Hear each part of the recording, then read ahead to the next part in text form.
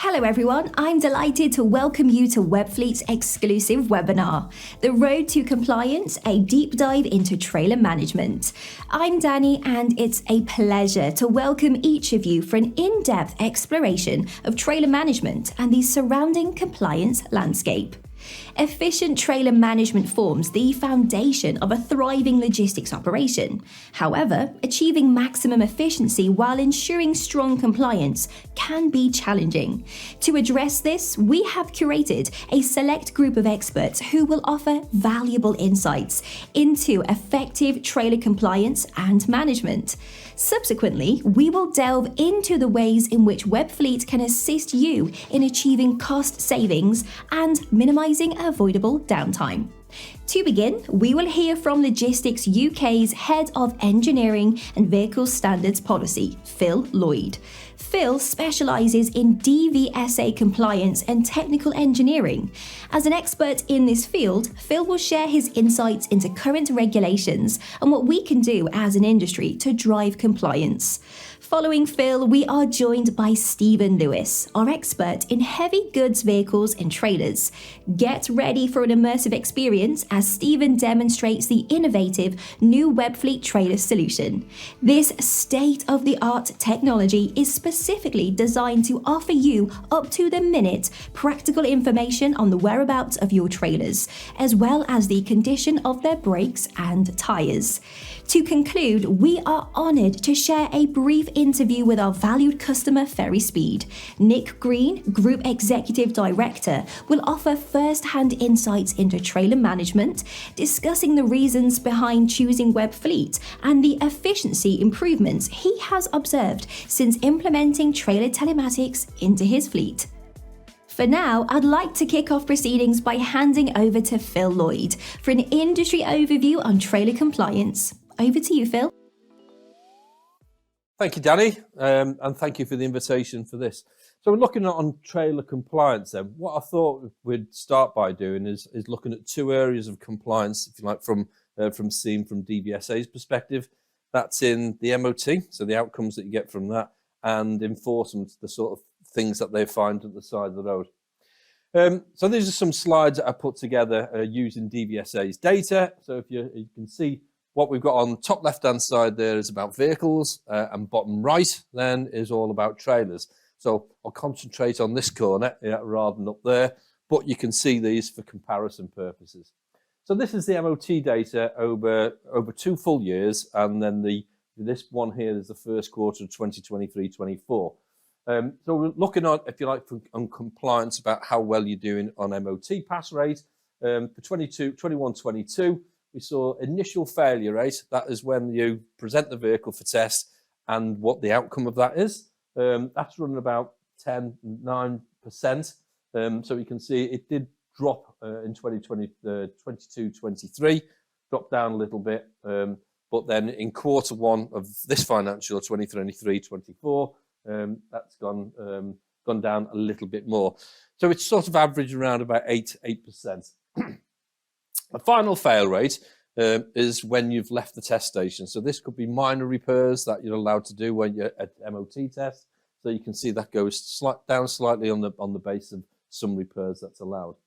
And again, you can see that's running around about 7%. So 7% of all trailers are failing, leaving the test station with a fail because they can't actually fix those items. Which, if you compare it to vehicles, actually is a little bit more favourable. But what's not as favourable is the retest rate. So this is the trailer has failed, it's gone away, it's been repaired, and it's been represented back, apparently compliant. And you can see there 10, 9, 10. So it's about 10% of those trailers that have failed, that have come back, that have failed again. So not as bad as vehicles. But again, I think that shows that in compliance terms, room for improvement, because most of these trailers are under the operator licensing scheme, and there's a requirement on that vehicles and trailers are kept fit for purpose at all times. And this is something that's been prepared for its MOT. So I suppose could do better would be the marking on the homework for that one. And then if you look at the detail below that, then Again, we've got over in the top left is heavy goods vehicles, bottom right is trailers. I've marked these 1 to 8. I haven't done top 10 because 9 and 10 tend to flip around a little bit. And you'll see the ranking there is based against quarter one of 22-23, which is this bit, and we've got 21 and 22. They're full years. This is just a quarter. And you can see that the top failure item there is braking system and components. So it's things around that, which is the top. But when you look in previous years, that was 1.32 the year before that, and 2.61. So that's a worrying trend that things have gone up and gone worse. The next one is service brake performance, about 3%, but that seems to be consistent. So consistently number 2, part brake again, and you can see the rest of the figures there. So that's, again, an indication of the sort of things. So, okay, they're failing, but what are they failing on? So trying to identify the things that's happening there. What I'm doing as part of logistics, we've done a piece of work on that, done a deep dive in it, and in the next few weeks, we'll be publicising something that gives hints and tips about what these things are. So braking system and components, that's like air leakages. So why are they being picked up at test? Surely someone preparing for test should be able to do the same thing as a DVSA examiner. So if you like that, they're the MOT side on compliance. So if we look at the enforcement side, so this is what DVSA find at the side of the road, or if they go out to an operator's premises to look at that, this is the data that we've got from them. So this is all DVSA's data again. Again, we've got 3 years on that. That's 21-22, 22-23. And you can see on that, things have got worse by 3%, both for HGVs and trailers. And then looking at quarter one, again, it's gone up by another 3%. So that's either DVSA being really good at targeting you lot, or someone else, who we say, or there's actually a bit of a worrying trend in there. And the next one, if you look at the prohibition items in that, at the top we've got vehicles, and the bottom we've got trailers. And this run the same 3 years, but this is 21-22, 22-23, and then quarter one of 23-24. And you can see from that on the side of the road, then actually the biggest defect there is tyres. So 8%, 10%, 13%, and again a slight variation is going up. Service brake and components again is another one there. Spray suppression and suspension have flitted around a little bit, and lamps seems to be something that's going down. Park breakers has started to pop up. So again, I haven't put them all in here because everything flicks around a little bit. And to me, when talking about compliance, if you look at some of these things, tyres, so condition of tyres, it's what drivers are supposed to check as part of driver's walk-around check. Braking system and components, but things in there you'll find air leaks, so maybe some of that, not all of it. Spray suppression wings and wheel arches, it's a driver's walk-around check, just things that you should be checking on that. Suspension you can forgive them for, because you wouldn't expect a driver unless it's completely gone. And lamps, again, that's part of their daily walk-around check to check all those things. So probably at least half of them there. And when we've done this in the past, normally half of the prohibition items that DVSA are picking up are things that drivers should have checked. So in your maintenance regime, your driver pays a big part of that for roadside, not for MOT preparation. That's all down to the preparer. But certainly, in compliance ongoing, there's a few things there that drivers need to be helped along with, should we say. So that was all about compliance. One of the things on compliance is that we have this document called the Guide to Maintain Roadworthiness. That sort of sets the scene about how you should have a system for maintaining compliance. And that was updated in April 2023. So we're just coming up to a year of introduction on that and some changes in that. Sticking with trailers, though, I just thought I'd mention a couple of things that's in there. One, this is about towing another person's trailer. So the first series of bullet points, walk around checks and recording, that's always been there. It's been what you've expected to do. So if you are towing someone else's trailer, then that's always been your responsibility and you need to deal with it. The second lot is a change. And that's talking about the necessity to have access to this information. So that wasn't there. So this doesn't mean you've got to have it. What you have to have is some sort of process in place for you to be able to get that. So if you know that you're towing ABC Motors trailers all the time, then my suggestion on that is that you'd be having a discussion with them about how you could get this information should you need to. So safety inspection intervals, that's fairly simple. What are they working to? Copy the inspection reports, maybe a bit more challenging for you to get that, but this has only got access to it. So it doesn't mean you have to have them all the time. It just means that you could have a relationship that should you wish to get it or be furbished with it, they will provide it. So a discussion needs to be had. The MOT stuff, it's fairly simple actually now because it's all available on gov.uk.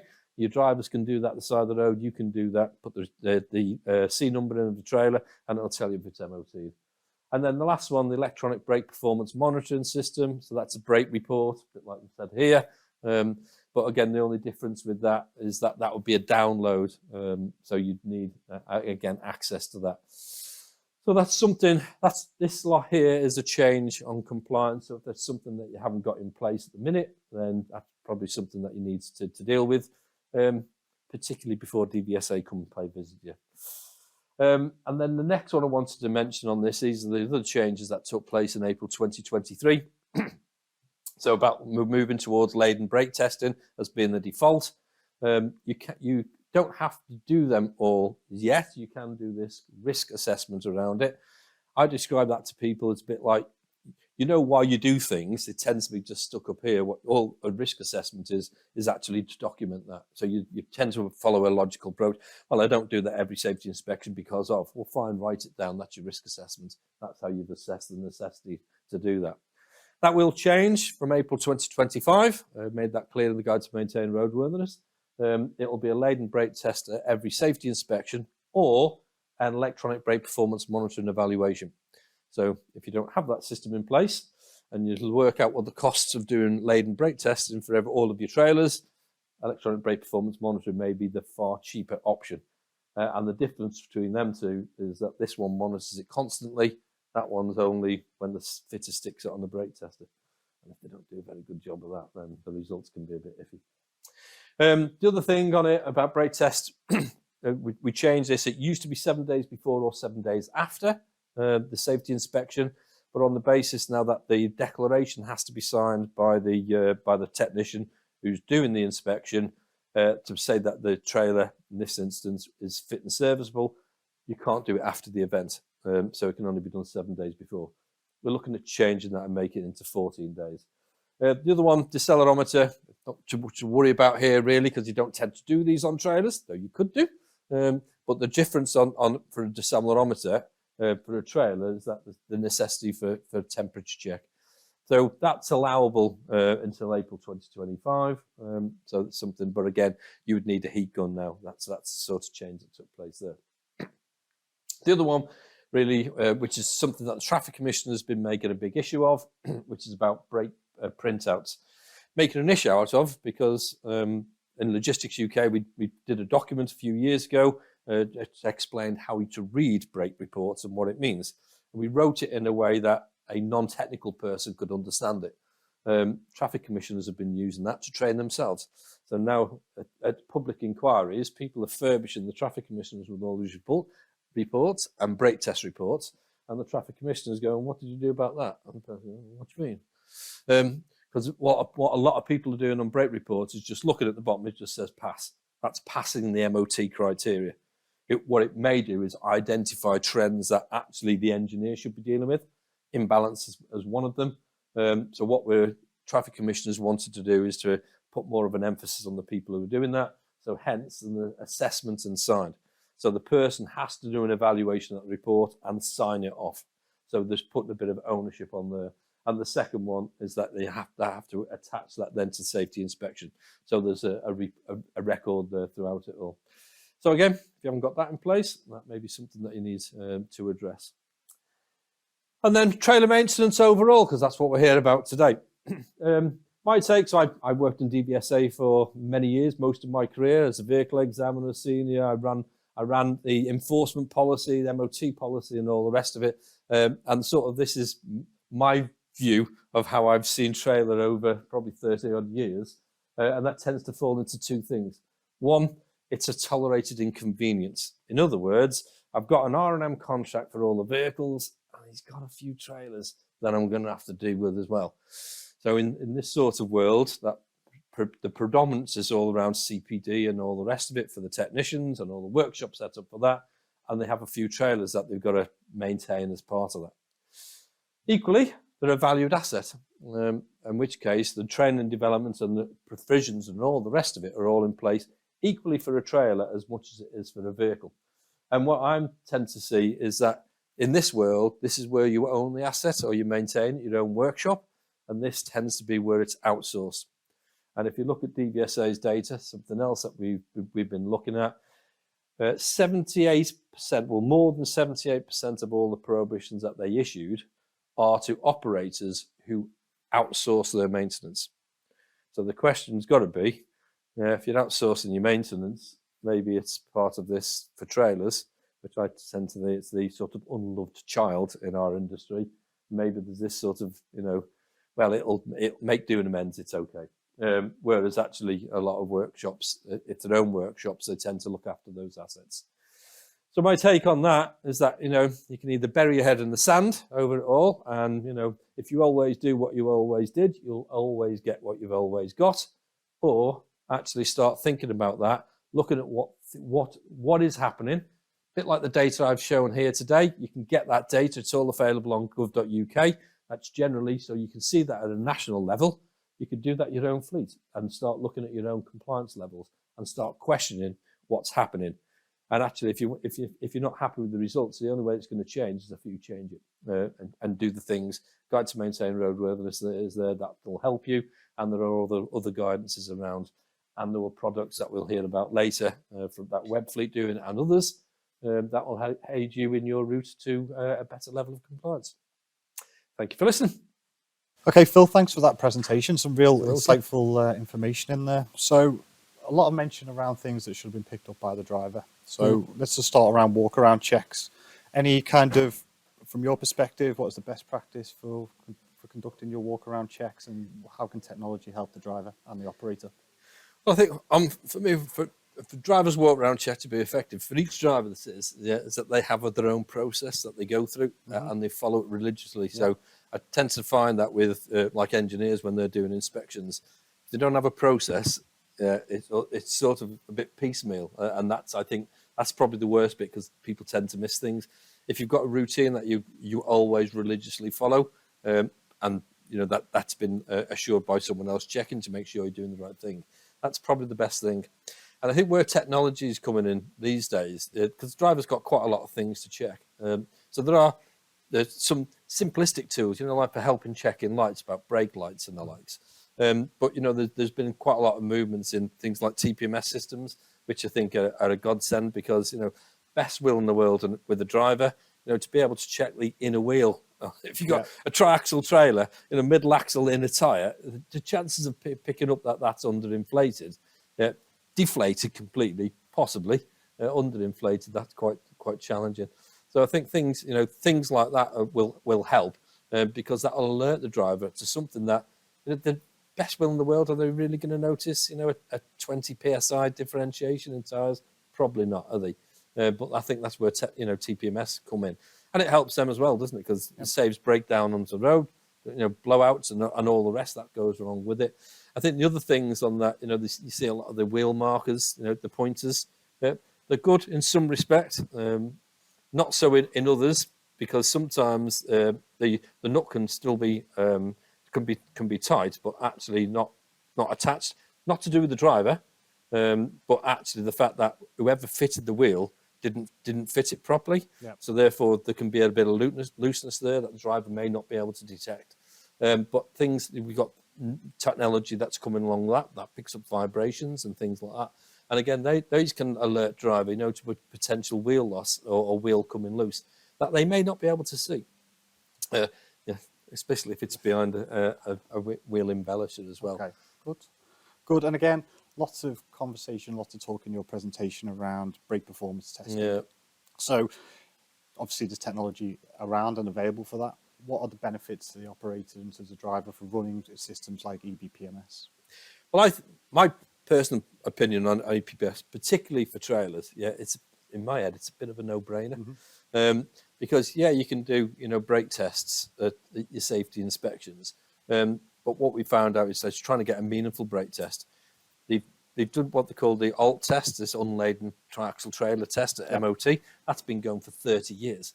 But they're trying to get, a 28 ton over a bogie can be quite challenging.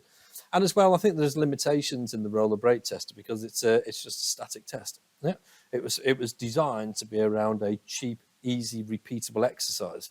But actually, it's not showing how things are happening, dynamically. And to me, that's where the electronic brake performance monitoring comes in. It's a dynamic assessment, and the benefits of that as well is that it's checking that all the time. The roller brake test, well, it's only good when you do it, isn't it? Exactly. And if something goes wrong with that system in between safety inspections, which can be as long as 12 weeks, unless the driver really picks up that one brake, you may never notice it. Whereas electronic brake performance system would show that. I think the other spin-off as well that you get from that, because we tend to think of it in the context of the trailer, and I've had examples provided to me by others who are running them systems, where it's identified faults on the vehicle. Okay. So the trailer's performing the same day after day. All of a sudden it changes. Started looking at the trailer, nothing wrong with the trailer. They found out it was because it was connected to a different vehicle. And actually there was a fault in the vehicle. So it can help with your vehicle maintenance as well as your trailer maintenance. So I think to me, that's the future. We've still got some work. So we're doing a bit of work with DVSA and others on it about the next iteration of electronic brake performance and monitoring. And again, there are different systems around, but it's not just sometimes brakes that these systems will show up.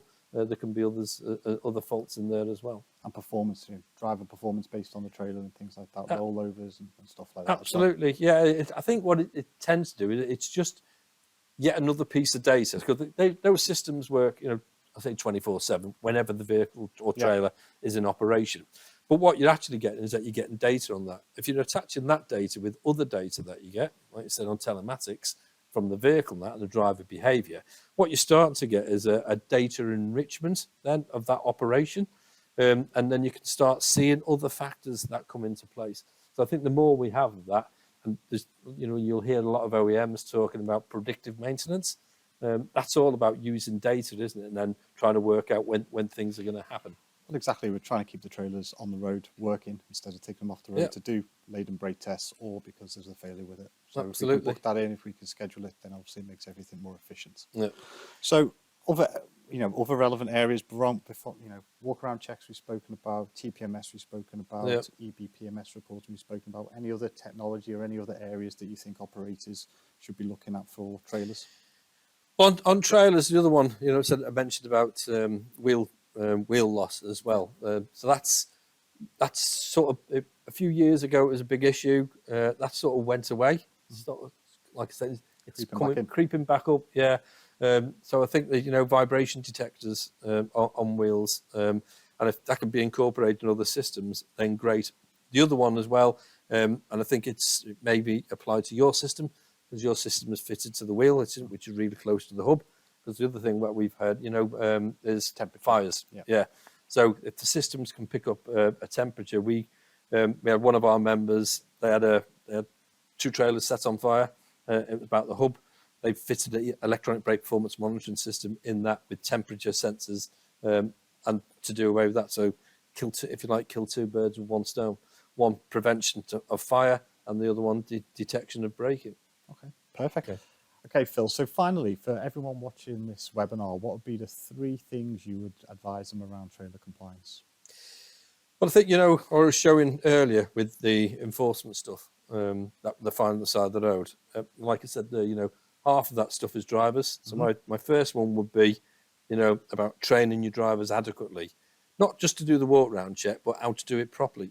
I mentioned about tyres and wheel flaps and that, looking at those and how they can identify the faults, because that's what DVSA is picking up. So I think there's something missing there in the driver. The other one I found, said about that, trailer maintenance, is it, an inconvenience or is it an investment? So my take is, is invest in training of technicians in trailer maintenance as opposed to just predominantly focused on vehicles. And I think the third one really is we've spoke about, electronic brake performance and TPMS systems. It's start looking into the, what technology is available there that can help you do things. And look beyond the price, because actually it's about the compliance as well. And I say the price because with electronic brake performance, it could save you money as opposed to doing brake tests. But it was all those benefits that it gives you as well, doesn't it? So that would be my thing. Driver walk around check training, technician training, and start looking in, using technologies and investments. Perfect, Phil. I'm sure everyone will find that useful. Thanks for your time. Thank you, Phil. I'm now pleased to hand you over to Stephen Lewis from the Webfleet team, who will run you through the capabilities of the new cutting-edge solution, Webfleet Trailer. So let's use this opportunity to log into Webfleet and have a quick look at Webfleet Trailer. So as you can see, I'm logged in, and as always, I have my vehicles down the left-hand side. Up here, I now have a tab called Assets. If I click on that, it will show me a list of trailers. I can simply click on one of these trailers and it'll bring up a more detailed trailer tab. In here, I can see the trailer's current position, what time it got there. And if I click on this icon, it will show the map of where that trailer currently is. Below that, I have the trailer status. So this includes information like the trailer odometer reading and also the battery level of the telematics device. Below that, I have this vehicle section. And what this is telling me is what vehicle is currently pulling that trailer. And that's one of the key benefits of having your trailers and vehicles in the same telematics product. I can look at that live, or I can have a look at it historically as well. So if there's damage to the trailer and I need to see what vehicle was pulling that trailer at the time, I can see that in Webfleet. Below, I can see the trace here. So I have the trace button, like I would if it was a vehicle. I can click on that and it will show me where that trailer's been today. I can have a look at that for yesterday, or I can have a look at the last calendar week, so Monday to Friday. Here, very similar to our vehicle product, we can see where that trailer's been for that week. We can move it along the activity bar, and we also have the P's located on the map, which is just showing us where that trailer was stationary. And if I click on it, it will show me how long it was stationary for. So in this case, standstill 17 minutes. Here I can click this icon and it'll bring up Street View, show me exactly where that trailer was stationary. Okay, so if I come out of that, across the top you'll see I have a few more icons. So here is just the notifications. So if there's any notifications for this trailer, they'll be there. Any maintenance tasks that we've generated or that have been automatically generated by Webfleet via its connection to the EBS system, we'll see them there. And here we have trips. Again, very similar to how we look at vehicles. Start and end location, start and end time, and the distance of that trip. We can click on it and it will show us that trip on the map. And as always with Webfleet, we can click on the replay functionality and it will show us that trailer doing that trip. Okay. Again, we have standstills here, which is just showing us every time the trailer has been stationary, where it was stationary, and how long for. And as always, we can click on these and it will show us on the map where that is. And again, we have the Street View icon that we can click on just to bring up the Google Street View image. Okay, back to the trailer tab. And now I have two icons along here that have a lot of information for us and really arc back to what Phil was telling us before. So the first one is TPMS, so tire pressure monitoring. And here on this trailer, this is a 3-axle trailer with 6 wheels. The wheels down the left-hand side are currently in tolerance, no issue there, but you'll see we have 2 warnings on this trailer for the 2 wheels on the right-hand side, axle 1 and axle 2. You'll see they've gone orange. If they go further out of tolerance, they'll go red. And Webfleet would have generated notifications for these tyres that would have been sent to someone within the business to take action, or they could have been sent to a third party. But also, we don't just see them in real time, we can also have a look at some historical information around these tyres, just so we can make sure we're taking the right action. Do we need to stop this trailer straight away, or can we or is the deflation slow enough that we can get this trailer back to a base before we need to take any action? If we can do that, then obviously we are saving on downtime and obviously saving some money as well. So here we've got a list of these axles again, and we can see these two highlighted in orange that have an issue. We can click on this and it will just bring us up a chart showing us the changing pressure a longer period, in this case the last 2 weeks. Okay, and if you want to get some more information, we can go and have a look at this this whole tire for the whole month of January. It shows on the map, and it shows on this chart, sorry, and you'll see that this tire is slowly being deflating over January. So got a little bit worse towards the end, but nothing to indicate that it's going to dramatically drop. So we can make the right decision in regards to what we need to do with that tire when we get it back to base. Okay, so very simple, very easy, and very quick to get the information we need to make the right decision.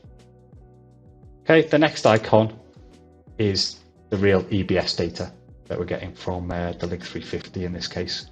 So here we see the trailer load.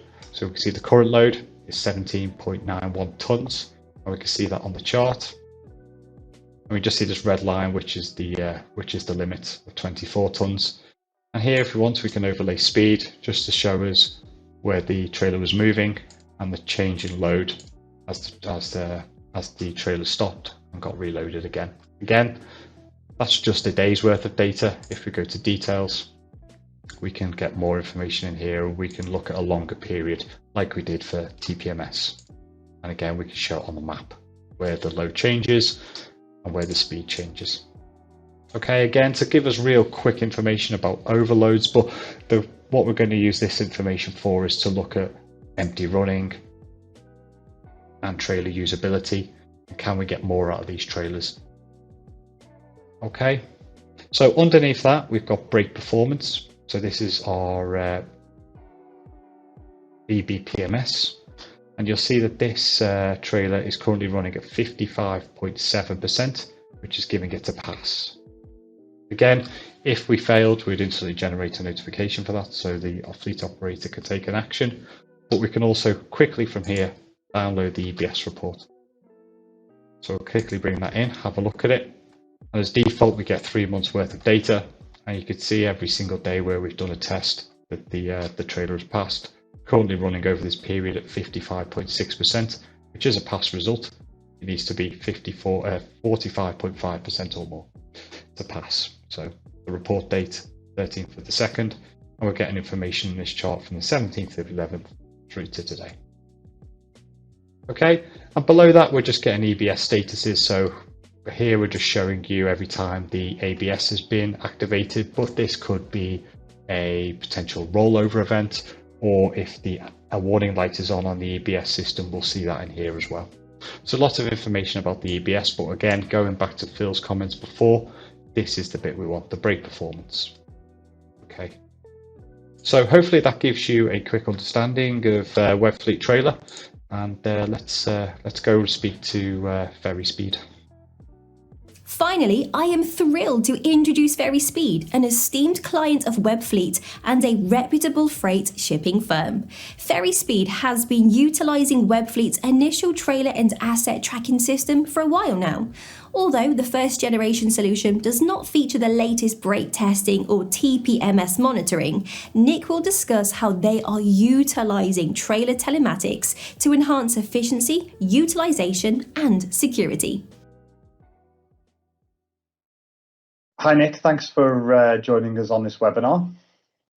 Hi, you're welcome. Brilliant. Just want to have a few questions on your utilization of Webfleet, in particular Webfleet trailer. So Ferry Speed, how long have you been utilizing Webfleet trailer tracking solution? We went live in April 2021. So yeah, since then we've grown and enhanced our relationship with Webfleet. Okay, and what prompted you to make that decision to implement particularly trailer tracking? It was twofold, really. We've got quite a sizable fleet, in excess of 600 trailer assets, and we felt, and we are on 3 locations really, 2 in the Channel Islands, 1 in Portsmouth in the UK. Each are interlinked with a ferry.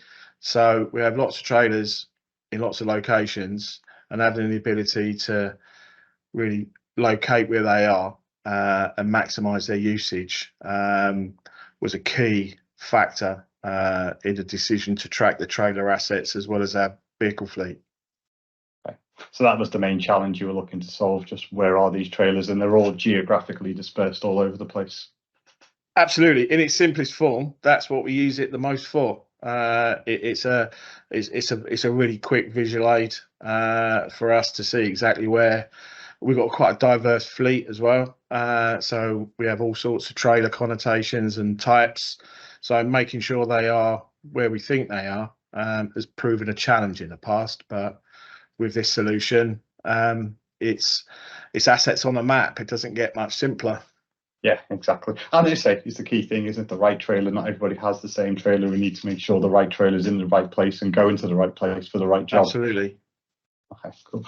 So now you've had it for a few years. Have you got any insights into return on investment, time savings, anything like that, or any tangible benefits from using trailers? Yeah, we've seen a number of benefits. The trailer utilisation and fleet replacement is really the one that delivers the probably one of the most tangible returns on investment. There is the intangible element as well, which quite often gets overlooked and is a little bit more difficult to record. But with that diverse trailer fleet that we have, this has given us the ability to extract data accurately and quickly for us to streamline that fleet. So as we're making decisions about replacing our trailers, and maybe we don't need quite as many of a certain type, so that has seen us make significant savings and far better procurement decisions as well, because we're that data-led decision has given us the opportunity really to make sure that we're acquiring and procuring equipment that's fit for purpose.